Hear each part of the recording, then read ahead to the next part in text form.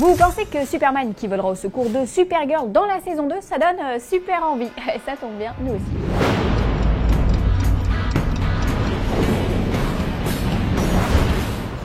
Clap de fin pour Les Gardiens. Le réalisateur James Gunn vient d'annoncer que le tournage du nouveau blockbuster Marvel était terminé, mais regardez plutôt. I'll just say to the crew here, you guys have been great. I know I'm not always the easiest, I really do, and I know I'm not always that appreciative. I'm half the time I'm like a robot around here, but I really do appreciate everything everybody's walking, has put into this movie. And I walk through the back ways and I see all these guys back there doing a job. I don't even know what they're doing. I don't know what their name is, but I swear, I truly appreciate every one of you. This movie would not exist. I'm always amazed that we're able to put this thing together with so many people so committed. Dis-le, il a l'air en pleine forme, James Gunn. Et pourtant, c'est pas ce qu'il a dit dans un commentaire Facebook où il se dit très fatigué. Et quand un réalisateur Marvel se dit fatigué, c'est pas bon signe. La dernière fois que l'on a entendu ça, c'est avec Joss Whedon sur Avengers 2. Résultat, le réalisateur a laissé tomber la maison des idées pour un cinéma à plus petit budget. De là à dire que James Gunn ne réalisera pas Les Gardiens 3, il n'y a qu'un tout petit pas. Alors est-ce juste un coup de mou ou souhaite-t-il réellement passer à autre chose? La réponse devra attendre un peu, mais il est vrai que James Gunn bosse sur cet univers depuis 2012 et que le prochain film sortira en 2017, soit 5 ans à écrire, storyboarder, tourner et promouvoir. On comprend qu'il en est marre. D'autant que le metteur en scène a pris des risques payants, mais des risques quand même, et qui dit risque dit pression. Souvenez-vous, il y a 2 ans, personne ne connaissait les Gardiens de la Galaxie. C'est lui qui a rendu célèbre Gamora, Rocket Raccoon et Groot, soit une alien, un arbre alien et un raton laveur, le tout sans faire de flop au box-office. Résultat, aujourd'hui, les fans attendent la suite avec autant d'impatience qu'un Captain America ou Thor.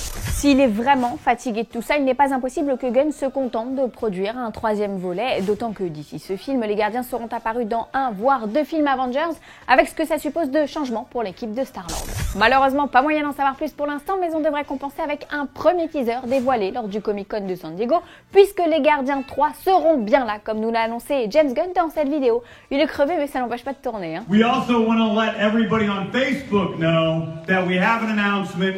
We, Guardians of the Galaxy Volume 2, are coming to San Diego Comic-Con this year. We are going to be there. I'm going to be there. Chris Pratt is going to be there. A bunch of the gang is going to be there. And we're going to show you guys something pretty cool. James's movie. Yes. See you at Comic-Con!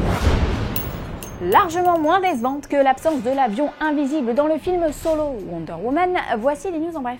Et on commence par rendre hommage à Anton Yelkin, décédé ce dimanche des suites d'un tragique accident de voiture. Le jeune comédien de 27 ans, d'origine russe, campait Pavel Tchekhov dans la saga Star Trek depuis le reboot orchestré par J.J. Abrams en 2009. Acteur précoce, Anton démarre à l'âge de 10 ans dans la série Urgence où il fait ses armes. Au cours de sa riche carrière, et ce malgré son jeune âge, il donnera la réplique à Morgan Freeman, Anthony Hopkins, Bruce Willis, Mel Gibson ou Colin Farrell. Jouera sous la direction de Jim Jarmusch, Joe Dante, Paul Schrader ou Jérémy Saulnier, pour ne citer qu'eux. Mais c'est en 2009 que le jeune comédien se fait connaître du grand public. D'abord avec Terminator Renaissance où il reprend le personnage du soldat Kyle Reese que Michael Biehn avait interprété dans le premier volet, puis dans Star Trek où il se glisse dans le costume de l'officier aérospatial Chekhov, prenant le relais de Walter Koenig. À 1 mois de la sortie du nouvel opus, l'équipage de l'Enterprise est en deuil. Mauvaise nouvelle pour les fans, la grande aventure Lego 2 est repoussée. La suite du succès surprise au box-office 2014 ne sortira pas avant 2019. Aucune raison n'a été donnée pour expliquer ce délai, mais pas de quoi s'inquiéter, a priori, d'autant qu'on peut compter sur Lego Batman pour nous faire patienter. Pas vrai, boss? I can't wait. Aujourd'hui, dans le cours des fans oignons, on répond à Dadamien92 qui nous demande des nouvelles du reboot de Stargate. Car en apparence, Roland Emmerich a du temps libre, mais il a beaucoup de projets sur le feu. Pour autant, son co-scénariste Dean Devlin a déclaré à Variety que ce reboot était indispensable. Bah oui, les événements de Stargate 2 se déroulent directement après le premier film.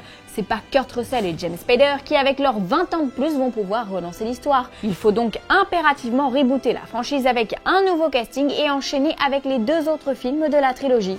Bon, même si le projet n'est pas bien avancé, on sait ce que Devlin compte faire avec les nouvelles aventures de Jack O'Neill et du Dr. Jackson, en espérant qu'elles soient à la hauteur de nos attentes.